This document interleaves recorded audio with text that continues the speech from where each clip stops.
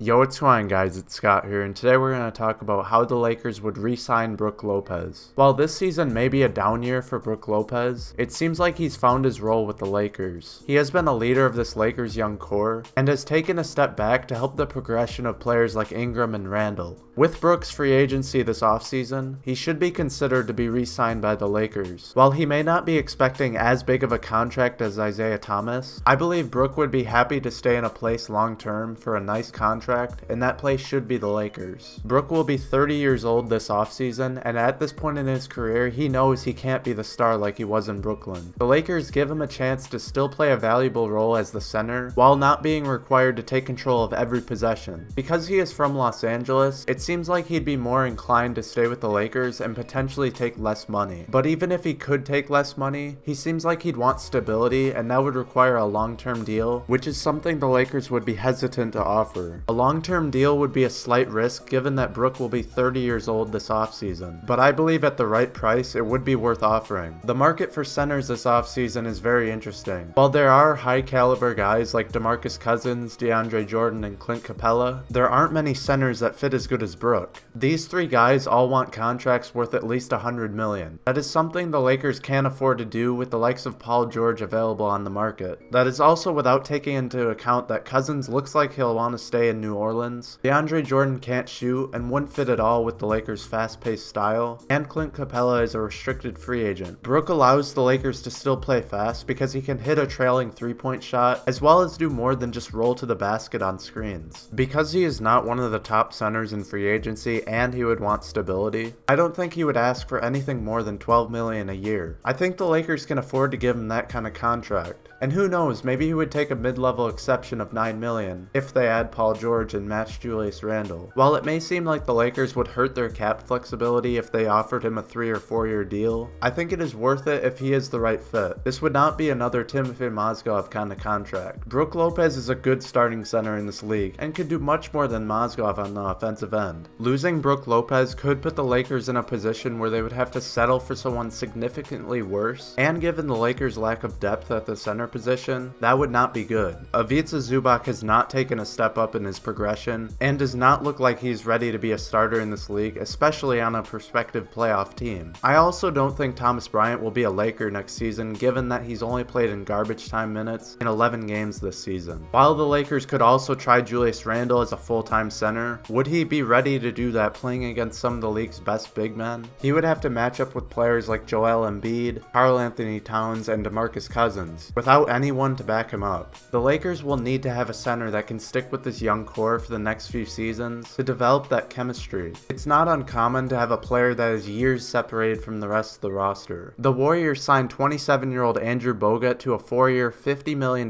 contract in 2012 to play alongside 23-year-old Stephen Curry and 21-year-old Klay Thompson. At the time, Bogut was still a good defensive big man and was a proven veteran, and later on he helped the Warriors to a 2015 NBA championship as their starting center and a key contributor. Of course, the Lakers will have to be careful of what they offer Brook Lopez. Just like the situation with Isaiah Thomas, they should wait for the decision of Paul George and the offers Julius Randle receives. If both of those two sign big contracts, it may be worth offering Brook Lopez a long-term deal at a discount to keep a stable roster. If not, then they may want to offer him just a 1-year deal to look towards 2019. Max free agents should always be the priority. While it is important to keep as much of a core as possible, we've seen year after year that multiple stars is what's required to win championships. The hope is that players from this current young Lakers core can become that, but they shouldn't turn down the addition of a star if given the opportunity. But in my opinion, I don't think that'll impact the re-signing of Brook Lopez. He is a smart player and he knows where his future should be. If that requires taking a pay cut, then it could land him success in the future. That's all I have for this video, guys. I hope you did enjoy. Make sure you subscribe if you want to see more Lakers content, and leave a like if you enjoyed, and thanks for watching.